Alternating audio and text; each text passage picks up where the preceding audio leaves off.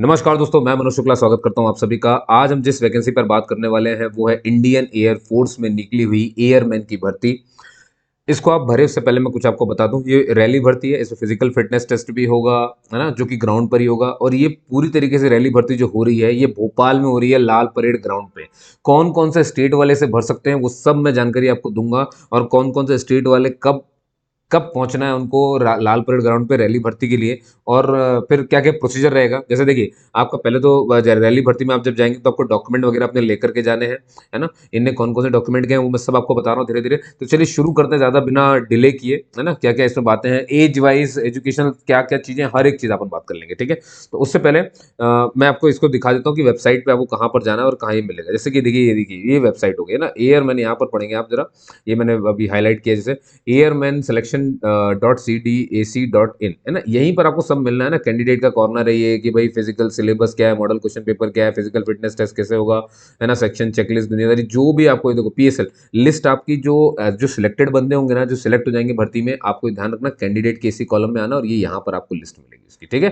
तो जब आप हो जाएगा तब पर ना बाकी कॉन्टैक्ट वगैरह आप कर सकते हो। भोपाल में तो इसका हेडक्वार्टर भी मतलब है, इनका सेंटर है, तो आपसे भी तो, क्योंकि भोपाल में हो रहा है ना इसीलिए, है ना। बाकी ये देखो सारे कॉन्टैक्ट नंबर यहाँ पे लिखे हैं। देखिए देखिए यहाँ पर इसमें इसमें फोन कर सकते हो, ये लिस्ट में भी लिखा हुआ है। अब मैं मेन बताता हूँ आपको पीडीएफ कहाँ है। देखो ये देखो, ये यहाँ पर एक मिनट इसको जाने दो, इसको अपन पहले नीचे खींच लेते हैं, है ना। ये रहा, ये देखो अभी आएगा, ठीक है। ये देखो ये लिखा हुआ है, ये वाली जो भर्ती आपको दिख रही है ये पहली वाली, ये देखो advertisement for the recruitment rally airman intake, है ना। इसी को जैसे ही अपन टच करेंगे ना, यहाँ से आपने इसे, एक सेकेंड, इसको हटा लेते हैं, और यहाँ क्लिक हेयर पे आप जैसे टच करोगे तो आपको ये वही पीडीएफ मिल जाएगा जो मैं आपको बता रहा था, ठीक है ना। तो बस चलते हैं अब सीधे वहीं पर। ये पीडीएफ में तो आपको मैं यहीं पे पीडीएफ समझाने वाला हूँ। ये देखिए मैंने पूरा हाईलाइट करके रखा जो मुझे आपको समझाना है, ठीक है। अब बस मैं क्या करता हूँ, इसको थोड़ा सा, क्योंकि इन्होंने प्रिंट ऐसा निकाला है तो मैं इसको थोड़ा जूम कर देता हूँ आपके लिए, ठीक है।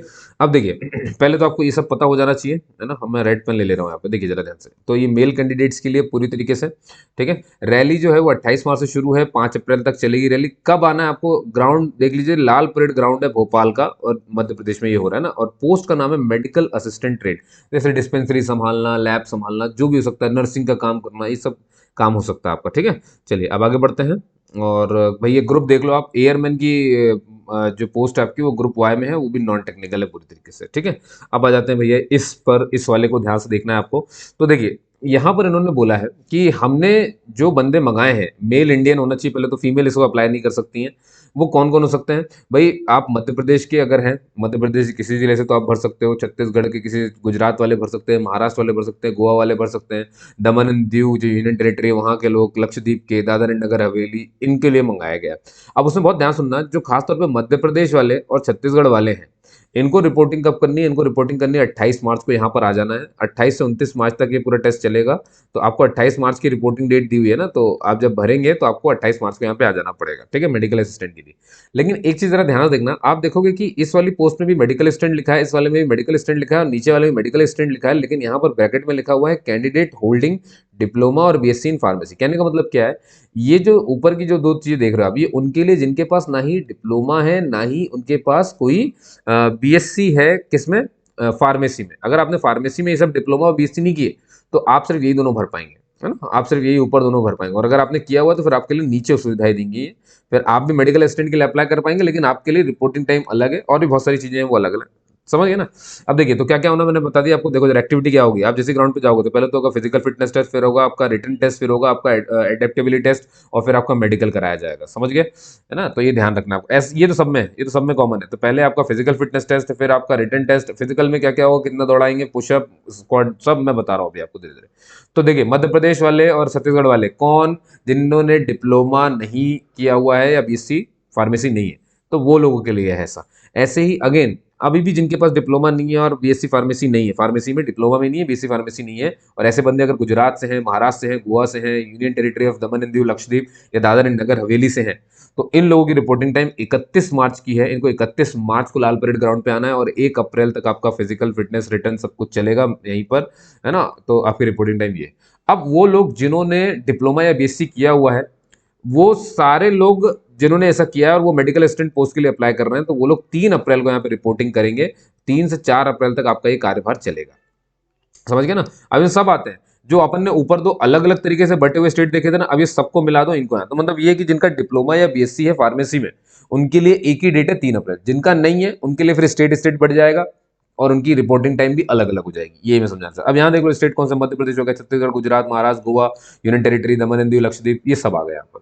क्लियर कहानी। भैया ध्यान सुन लो, कट ऑफ टाइम भी इन्होंने रखा हुआ है, यानी कि इतने से पहले तो आपको पहुंच जाना है। देखो जरा ध्यान से, 10 बजे से पहले पहले 10 बजे से मतलब ये 9 9:30 वहां पे पहुंच जाना।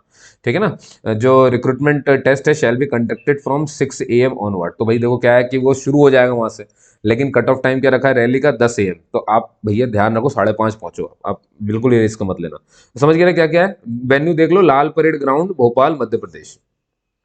ठीक है, इसका आपको ध्यान रखना। अब आ जाइए मैरिटल स्टेटस की बात करते हैं। तो जैसे मैंने आपसे कहा कि मान लीजिए भाई देखो, मेडिकल असिस्टेंट टेस्ट के लिए 2 लोग अप्लाई कर रहे हैं, एक वो जिनके पास डिप्लोमा या बीएससी है और एक वो जिनके पास डिप्लोमा या बीएससी नहीं है। तो इनने बोला जिनके पास डिप्लोमा बीएससी नहीं है और वो लोग अप्लाई कर रहे हैं, तो वो तो पूरी तरीके से अनमैरिड होने चाहिए, यानी वो शादीशुदा नहीं होने चाहिए। और अगर जिनके पास है तो वो चल जाएंगे अनमैरिड भी और चल जाएंगे मैरिड भी। तो एज बताना है हमको। तो जैसे मान लो अगर आपके पास डिप्लोमा नहीं है, बीएससी नहीं है फार्मेसी में, तो पहली तो कंडीशन क्या है कि आप अनमैरिड ही होने चाहिए। आप मैरिड, मान लो आपके पास ये दोनों डिग्री भी नहीं है, डिप्लोमा बीएससी फार्मेसी में नहीं है और आप मैरिड हो, तो आप कहीं पे बिल्कुल नहीं भर सकते, क्योंकि आपके पास डिग्री नहीं है। तो आपकी ये वाली पोस्ट भी गई और इधर आपके पास क्योंकि शादीशुदा होगा तो ये वाली भी चली गई। तो कहने का मतलब समझ गया, नहीं है तो शादी भी नहीं हुई होनी चाहिए। तो जो आपकी एज है आपको यहाँ से काउंट कर लेनी है। 24 जून 2003 के 3 से शुरू, 24 जून 2007 इसके बीच में अगर आप पैदा हुए तो अच्छी बात है। इस डेट में भी पैदा हुआ तो भी अच्छी बात है। 24 जून 2003 को कोई पैदा हुआ चल जाएगा, 24 जून 2007 को पैदा हुआ चल जाएगा, लेकिन कोई 23 जून 2003 को पैदा हुआ, इससे पहली वाली डेट में नहीं चलेगा, नॉट एलिजिबल। इसके बाद वाली डेट में नहीं चलेगा, नॉट एलिजिबल। क्लियर कहानी। अब जिनके पास भैया डिप्लोमा है, बीएससी है, तो ऐसे दो तरह के लोग हो सकते हैं भाई, वो शादीशुदा भी हो सकते हैं, शादीशुदा नहीं भी हो सकते। तो जो शादीशुदा नहीं है उनके लिए क्राइटेरिया अलग है। 24 जून 2000 से लेकर के 24 जून 2005 के बीच में या इन्हीं 2 डेट पे अगर आप पैदा हुए तो आप भर सकते हो। अब जो शादीशुदा वाले हैं जिनके पास डिप्लोमा बीएससी दोनों है और वो अगर इसे भर रहे हैं, तो उनके लिए एज जो रखी गई है 24 जून 2000 और 24 जून 2003, है ना। तो इन तो अपनी डेट आपको अच्छे से देख लेनी है, शादीशुदा है नहीं है, डिप्लोमा आपकी बीएससी या डिप्लोमा या बीएससी फार्मेसी में है या नहीं है, तो आपको मैंने सब कुछ समझा दिया है। ठीक है। अब देखो जिनके पास बनी बात है बीएससी डिप्लोमा नहीं है, तो पहले तो मैं बता दूं आपने कम से कम 12th तो पास करी हो, है ना। 12th तो खैर दोनों को ही पास, दोनों तो ही पास ही होंगे। सब्जेक्ट क्या होगा, बनी बात है फार्मेसी है तो आपको दिख रहा होगा फिजिक्स, केमिस्ट्री, बायोलॉजी। 50% चाहिए आपका इन सब में मिला करके, 50% आपका सब्जेक्ट में आना चाहिए। और इंग्लिश भी आपका सब्जेक्ट रहा हो, और इंग्लिश सब्जेक्ट सभी का रहता है, वो इंग्लिश में आपके 50% मार्क्स होने चाहिए। मतलब जैसे मान लो अगर आज के ज़माने में मैं देखूं कि अगर इंग्लिश जो है 80 नंबर की आती है, तो 40 नंबर तो आपके आए हों मिनिमम, है ना, तो ही आप क्राइटेरिया फुलफिल करेंगे। ऐसे ही नीचे भी है। ठीक है ना। बस में ये है कि भाई जो जिन लोग, ये उनके लिए था जिनके पास डिप्लोमा और ये सब नहीं था। जिनके पास डिप्लोमा है उनके लिए भी 12वीं में वही कहानी है कि फिजिक्स, केमिस्ट्री और क्या कहना चाहिए, ये देखो लिखा है फिजिक्स, केमिस्ट्री, बायोलॉजी हो और इंग्लिश भी हो। फिजिक्स, केमिस्ट्री, बायोलॉजी में आपका 50% और इंग्लिश में अकेले में 50% मार्क्स आया हो। ठीक है ना। तो ये आपको थोड़ा सा ध्यान रखना है। इसके अलावा इन्होंने साफ साफ कहा है कि भैया जो डिप्लोमा या बीएससी कर रहे हैं फार्मेसी में 50% अगर उनका है, अच्छा बढ़िया, तो उनके पास वैलिड रजिस्ट्रेशन होना चाहिए। कहाँ से, फार्मेसी काउंसिल का होना चाहिए, चाहे स्टेट वाला हो चाहे इंडिया की काउंसिल का हो। मतलब है ना, समझ गया आपने मेरी बात, ये ध्यान रखना थोड़ा सा आपको, है ना। और क्या कहानी, और तो कुछ यहाँ पे खास बात नहीं है। अब आ जाइए यहाँ पर, वेन्यू आपको मैंने बता दिया, लाल परेड ग्राउंड भोपाल हो गया, ये भी आपको पता हो गया। ठीक है। और सब ये अच्छा, तो आप समझ गए। अच्छा एक चीज़ और समझिए, मेरी बात अच्छे सुनिए। अब मान लीजिए सर कि मैं इस स्टेट में नहीं हूँ जो यहाँ पे लिखा है, जैसे राजस्थान का हूँ मैं। अब राजस्थान वाला बंदा भर सकता है, वो बिल्कुल नहीं भर सकता है। समझ गया ना, राजस्थान, क्योंकि यहाँ का आपका डोमिसाइल तो यहीं का लगेगा।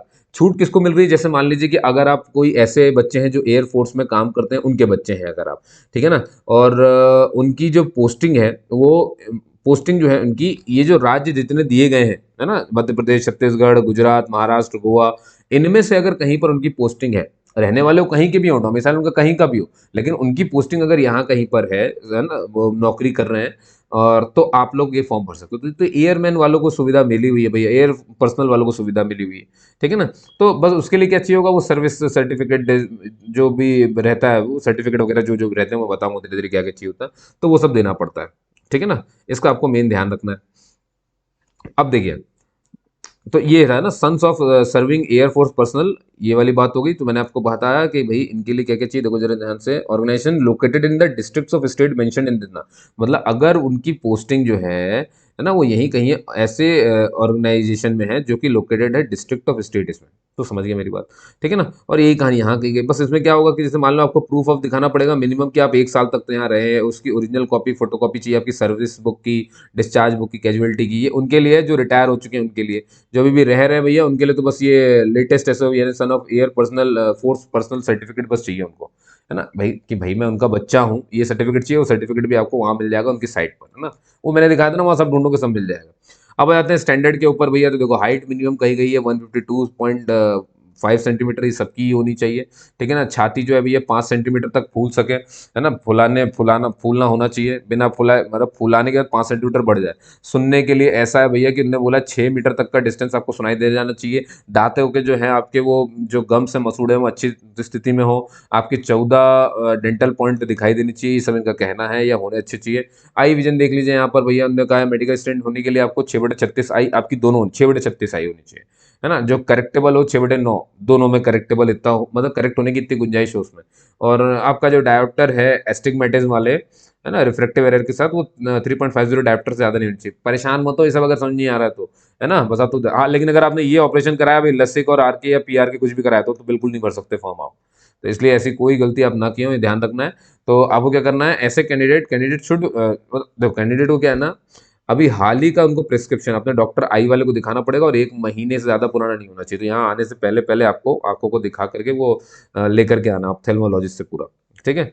और जनरल हेल्थ वगैरह ये सब आपको पढ़ने की जरूरत नहीं है भाई। दारू वारू पिया नहीं होना चाहिए, वरना zero tolerance policy to alcoholism साफ लिखा हुआ है। दारू नहीं होना चाहिए, कोई भी एब्यूज और फालतू चीजें जो है नहीं होनी चाहिए आपसे जुड़ी हुई, इसका आपको ध्यान रखना है। परमानेंट बॉडी टैटू में आपको कई बार बता चुका हूँ, परमानेंट बॉडी टैटू अलाउड नहीं है ना। फिर भी ये किसी उस पर छोड़ सकते हैं, जैसे मान लीजिए कि भाई ट्रेडिशन को कुछ लोग फॉलो करते हैं, कुछ जनजाति ऐसी होती है तो उनको छूट होती है, ठीक है। तो उसमें भी ध्यान रखना होता है कि सीधे हाथ में टैटू ना हो, उल्टे हाथ में चल जाता है। सीधे हाथ में इसलिए नहीं होना चाहिए क्योंकि भैया उससे सल्यूट मारते हैं। और उल्टे हाथ में भी अंदर की तरफ, ये देखिए देख रहे हो आप, ये देखो ये अंदर की तरफ चलाता है, ये बाहर का हिस्सा हो गया, ये अंदर की तरफ, यहाँ चल जाएगा, उसमें बाहर नहीं होना चाहिए, ठीक है। अब उसके बाद भी अगर आपको डाउट रहे तो भैया देखो ये सब चीजें तो यार ये इनके ऊपर ही राइट है कि right to consider the tattoo acceptable और unacceptable will rest at the selection centre. तो सिलेक्शन सेंटर तय करेगा भैया कि क्या करना है इसमें, समझ गया मेरी बात। चलिए अब आगे मैं आपको बताता हूँ, यहाँ पर आ जाते हैं फटाक से ऊपर। ये रहा, इन्होंने बोला क्लीन शेव वगैरह सब होके आना है, बस छूट किसको मिलेगी, सिक कैंडिडेट्स को मिल जाएगी, इसका आपको ध्यान रखना था, ठीक है ना। अब भाई मान लो कोई बंदा पहले से कहीं आर्मी नेवी इन सबसे डिस्चार्ज हो गया तो उसको अपना ओरिजिनल डिस्चार्ज सर्टिफिकेट दिखाना है, वो भी फॉर्म भर सकता है ना। और अगर कोई बंदा पहले से कहीं काम कर रहा हो तो सरकारी महकमे में, तो उसे एनओसी लेकर के आना पड़ेगा, नो ऑब्जेक्ट सर्टिफिकेट। ये कहाँ लाना है, ये सब लेकर के आपको रैली में पहुंच जाना है भैया, जितने सर्टिफिकेट है ना, जितनी बात हो रही है सब वहां लेकर के जाना है। तो एयरफोर्स, अब मान लो कोई बंदा एयरफोर्स से निकाला गया तो वो तो किसी सूरत में से नहीं भर सकता है। अब देखो राइटिंग मटेरियल और डॉक्यूमेंट क्या क्या चाहिए वहाँ पे, आपको ये सब चीज़ें ब्रिंग करके लानी है, लेकर के आनी है। मतलब जैसे एचबी की पेंसिल ले लेना, रबर ले लेना, शार्पनर, ग्लू स्टिक, स्टेपलर, ये सब लेके पहुंच जाना। ब्लू बॉल पॉइंट पेन या ब्लैक बॉल पॉइंट दोनों रख लेना राइटिंग के लिए, क्योंकि वहाँ लिखना पड़ेगा, ओएमआर भरवाएंगे आपसे रिटन टेस्ट में। अच्छा देखो 10 आपकी अनअटेस्टेड फोटोग्राफ लगेंगी, कलर फोटोग्राफ, ठीक है, वो ले आना। अब फोटोग्राफ कैसे खिंचानी इसको ध्यान सुनो, आपको क्या करना है, आपको छाती में ना एक स्लेट रखनी है ना। वो जो स्लेट आती है ना, पट्टी जो बच्चे लिखते हैं उसमें, उसमें चौक से ना आपका नाम लिखा होना चाहिए। पहले तो नाम लिखोगे, उसके नीचे लिखोगे किस डेट को, वो डेट जिस दिन फोटो खिंचाई जा रही है, समझ गए ना। तो ये ध्यान रखना है, तो आपको ऐसी फोटो खिंचवा करके लेकर के आना है। इसके अलावा क्या क्या लाना भाई, देखो ओरिजिनल तो आपको सारी सर्टिफिकेट लाना है, अपने 10वीं 12वीं डिप्लोमा और ये सब लाना है। उसके साथ साथ क्या करना, उन सबकी 4-4 फोटोकॉपी निकालना और सबको सेल्फ अटेस्टेड यानी अपने हर फोटोकॉपी पे साइन करता है, ओरिजिनल पे साइन मत कर देना, फोटोकॉपी पे साइन करना है, ठीक है ना। इस सबके साथ करना है, 10वीं की भी 12वीं की भी, जो जो सर्टिफिकेट है आपके पास। अगर आप किसी एयरफोर्स में काम करने वाले के बच्चे हो तो भैया फिर आपको उनकी सर्विस बुक और क्या कहना चाहिए, देखो लिखा है ना सन्स ऑफ पर्सनल, हाँ सन्स ऑफ पर्सनल का जो सर्टिफिकेट लगता है वो ओरिजिनल में भी लाना, उसकी भी सेल्फ अटेस्टेड को फोटोकॉपी लानी है, सर्विस बुक, ये सब लाना है भाई, ध्यान सुनना, उनकी सबकी फोटोकॉपी लग जाएगी, ओरिजिनल भी रख लेना, उसमें भी रख लेना। एनओसी भाई ओरिजिनल भी चाहिए, उसकी फोटोकॉपी 4 चाहिए, ध्यान सुन लो, बार बार सब में 4-4 ही लिखा हुआ है, देख लो 4-4-4-4। तो गलती मत करना भैया, डिफेंस है, छोटी सी भी गलती नहीं मानता, इसीलिए से अच्छे से पढ़ के मैं आपको बता रहा हूँ उस बात को, ठीक है। जो डिस्चार्ज हो चुके हैं डिस्चार्ज चाहिए जिनके पास भैया। और हर चीज की 4 फोटोकॉपी मांगी, वो भी सेल्फ अटेस्टेड। देखो 4 फोटोकॉपी सेल्फ अटेस्टेड फोटोकॉपी और एक ओरिजिनल साथ में आएगा। और ये एनसीसी अगर किसी के पास है एबी सर्टिफिकेट तो वही काम उससे भी करना है, ठीक है ना। अब मान लीजिए एक कंसेंट फॉर्म आता है, ये जो फिजिकल फिटनेस टेस्ट के लिए और मेडिकल टेस्ट के लिए होता है ना, ये है वो कंसेंट वाला एप्लीकेशन, आप देख सकते हो। इसमें साइन करना है। दो तरह के लोग होंगे भैया, या तो आप 18 साल से कम के बच्चे होंगे या तो 18 साल से ज्यादा के होंगे। जो लोग 18 साल से कम है वो अपने, देखो साफ साफ लिखा है, कंसेंट फॉर्म को साइन करवाएंगे अपने पेरेंट और गार्जियन से, और जो 18 साल से ऊपर के हैं वो भैया खुद साइन कर सकते हैं इसको, ठीक है। तो आपको कंसेंट फॉर्म भर देना है, अबव एंड बिलो 18 ईयर दोनों को भरना है भैया, ध्यान रखना है ये बात, ठीक है। तो यहाँ पे आपको भर देना मैं इतना, मेरे पिता का नाम इतना है, मेरा डेट ऑफ बर्थ इतना है, बस आप यहाँ पे अपना सिग्नेचर कर दो, यहाँ पे अपना नाम लिख दो, name of the candidate, name candidate का आ जाएगा, पेरेंट का, गार्जियन का, जिसका आ जाएगा, रिलेशनशिप विद द कैंडिडेट क्या है भैया उसका, और ये डेट डाल दी, बस खत्म काम। ये सब लेकर के पहुंचना है। टर्म्स एंड कंडीशन ऐसा भैया कि देखो आपकी जो नौकरी लगेगी ना, आपको पहले तो ट्रेनिंग करवाएंगे। नौकरी अगर लग गई पक्की होगी तो 20 साल तक आप नौकरी करोगे। ट्रेनिंग के दौरान आपको 14,600 रुपये मिलेगा। ट्रेनिंग कंफर्म होने के बाद आपको 26,900 रुपये हर महीना मिलने लगेगा। बात समझ में आ गई है, ठीक है ना। Unmarried candidate will not be permitted to get married. अब जिनकी शादी नहीं हुई है, मान लो उनकी नौकरी लग गई, वो शादी कर लेंगे तो दिक्कत हो जाएगी, आपको भगा देंगे नौकरी से।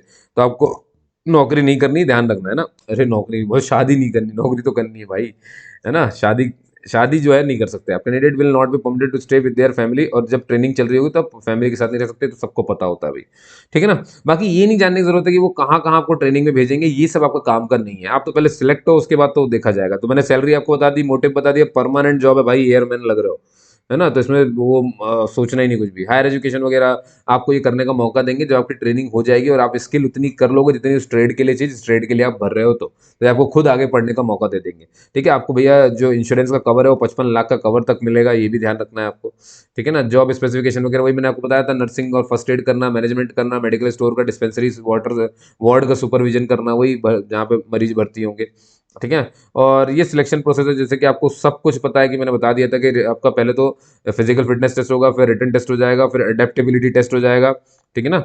अडेप्टेबिलिटी टेस्ट भी होगा, वो सब होगा, ठीक है। चलिए अब मैं दिखा देता हूँ आपको कितना क्या। देखो फिजिकल फिटनेस टेस्ट में क्या है, देखो 1.6 किलोमीटर दौड़ाएंगे 7 मिनट में। ये उनके लिए है जिनकी उम्र 21 साल से कम है।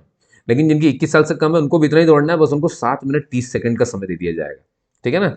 ये उनके लिए है। और अब 21 साल से ऊपर वाले के पास बनी बात है, डिप्लोमा भी होगा और बीएससी भी होगी फार्मेसी वाली, तो उन्हीं के लिए ऐसा किया गया है। इसके अलावा क्या कराएंगे सर, दौड़ने के अलावा 10 पुशअप करवा देंगे आपसे, 10 सिटअप्स करा देंगे, उठक बैठक और ऐसे छाती लगाने वाला जमीन से, और 20 स्क्वाट्स करा देंगे भैया, है ना। तो ये फिजिकल फिटनेस टेस्ट है आपका सब। तो अपने लिए स्पोर्ट्स शूज लेकर के आने, उन्होंने कहा है आपको कि खुद लेकर के आओ, शॉर्ट्स और चड्डा वड्डा सब लेकर के आना। वहाँ पर रिटन टेस्ट ऐसा है कि देखो जो लोग पीएफटी निकाल लेंगे ऊपर वाला, ये जो अपना फिजिकल फिटनेस टेस्ट है, उठक बैठक सब पास कर लोगे तो उनका रिटन टेस्ट होगा भाई। और ये उसी दिन होगा, अलग से नहीं आएगा, इसीलिए पहले से प्रिपेयर होकर जाना। पूरा क्वेश्चन ऑब्जेक्टिव टाइप का, ओएमआर शीट रहेगी, दो दो गोले 3 3 गोले मत लगा देना। 45 मिनट का आपको टाइम मिलेगा। वो इंग्लिश हिंदी दोनों लैंग्वेज में पेपर आएगा। इसमें इंग्लिश के 20 क्वेश्चन रहेंगे, ये 10+2 यानी 12वीं लेवल के सीबीएसई सिलेबस से जुड़े रहेंगे। और रीजनिंग एंड जनरल अवेयरनेस के भी 30 क्वेश्चन रहेंगे। तो 20 क्वेश्चन इसके, 30 क्वेश्चन इसके, 50 क्वेश्चन हो गए, 45 मिनट का आपको टाइम मिलेगा, ठीक है ना। आपको इंग्लिश में भी अलग से पार होना है, और रीजनिंग और जनरल के ये जो क्वेश्चन है इसमें भी अलग से पार होना है। देखो सेपरेटली क्वालिफाई करना पड़ेगा आपको। सभी क्वेश्चन के लिए 1 मार्क्स मिलेंगे, सही क्वेश्चन के लिए। अनअटेम्प्ट क्वेश्चन है तो उसके लिए कुछ नहीं मिलेगा। और गलत आंसर अगर आपने लगा दिया या 2 गोले आपने एक साथ टिक कर दिए तो यहाँ पर ये 1/4 मार्क्स काट लेंगे, है ना। 0.25 मार्क्स माइनस हो जाएंगे, तो इसका ध्यान रखेंगे।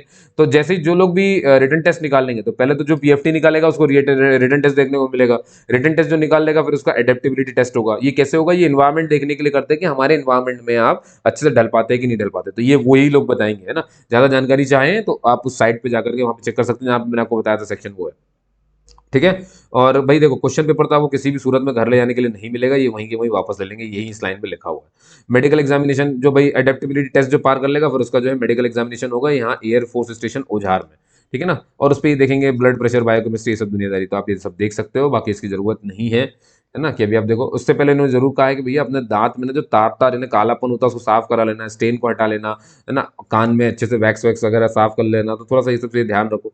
और भाई जनरली ऐसा कि भाई आधार कार्ड लेकर के पहुंचना ही पहुंचना है भाई, किसी भी सूरत में, है ना। डोमिसाइल सर्टिफिकेट, आधार कार्ड सब लेकर के पहुंचो, और अपने अरेंजमेंट पहुंचो, कोई खर्चा पानी ये लोग नहीं देने वाले हैं। अपना ईमेल आईडी सब एक्टिव रखना, जिसको आप रेगुलर चेक कर सको, मोबाइल नंबर अच्छे से सब जो चालू वो सब आपको रखना है, ये सब इसमें ऊपर बताया गया है। और अब मैं यहाँ पे आपको बता देता हूँ, देखो आपकी वही मैंने कहा ना, जो जो जो प्रोविजनली सिलेक्टेड लोग होंगे जिनको सिलेक्ट कर लेंगे उसको इस साइट पर आप जाकर के वहां पर वही जो मैंने दिखाया था थोड़ी देर पहले शुरू में जो वीडियो मैंने बताया आपको, वहां पे जाके आप उसे चेक कर सकते हो। ठीक है ना, 6 महीने के लिए वो वहां पर रहेगा, है ना, वो लोग जो प्रोविजनली सिलेक्ट हुए हैं। उसके बाद भैया ये बुलाएंगे, अब जो लोग नहीं पहुंचेंगे तो उसके बाद वो फाइनल लिस्ट हो जाएगी। जैसे मान लो प्रोविजनल लिस्ट में ये इतने नाम आए, अब ये पहुंचते तो अच्छी बात है, नहीं पहुंचते तो फिर जो पक्के से पहुंचेंगे, फिर पहुंच गए, आपने वहां पे अपना क्या कहना चाहिए हाजिरी लगा दी, उसके बाद आप फाइनल हो जाएंगे। ठीक है, तो ये ऐसा काम होता है भाई।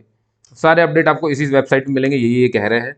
ठीक है, कोई क्वेरी होने पर देख लो जरा ध्यान से, ये नंबर अच्छे से सेव कर लो, ये ईमेल आईडी देख लो, इस पे जाकर कुछ भी पूछ सकते हो, है ना। तो परेशान मत होना भाई। और यहाँ तक कि भोपाल के अगर आप रहने वाले हो तो देख लो, यहाँ पर लिखा हुआ है राजीव गांधी परिसर 35 श्यामला हिल्स भोपाल मध्य प्रदेश, ये टेलीफोन नंबर है, ये उसका नंबर है, ये ईमेल आईडी, कुछ भी करके बढ़िया लगा लो, मस्त बात कर लो। ठीक है, मैं यहाँ से थोड़ा सा साफ कर दूँ ताकि आप ये चीजें देख पाओ ना, ये कचड़े में नहीं होनी चाहिए।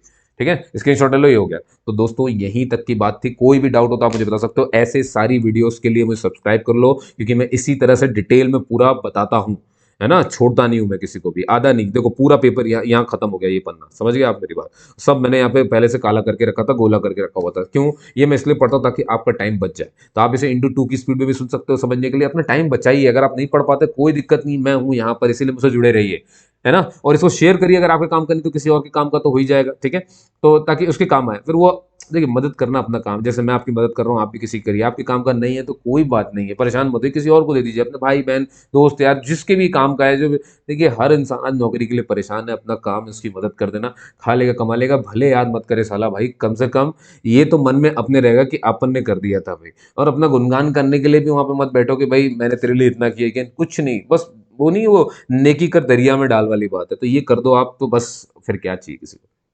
जुड़े रहिए मुझसे इसी तरह से, सब्सक्राइब कर लो ताकि आपको ये सारी वीडियोस की जानकारी मिलती रहे। शॉर्ट्स वगैरह चेक करते रहा करो, इसका रिजल्ट या जो भी आएगा तो मैं आपको बताऊंगा इसी जगह प्लेटफॉर्म पे, इसलिए जुड़े रहना बहुत जरूरी है आपका। ठीक है, तब तक के लिए जय हिंद जय भारत, आपका दिन शुभ हो और बढ़िया से तैयारी करो ताकि नौकरी लग जाए। और जैसे लगे मुझे यहाँ पर कमेंट करके जरूर बताना, मैं वेट करूंगा आपका। चलिए जय हिंद दोस्तों।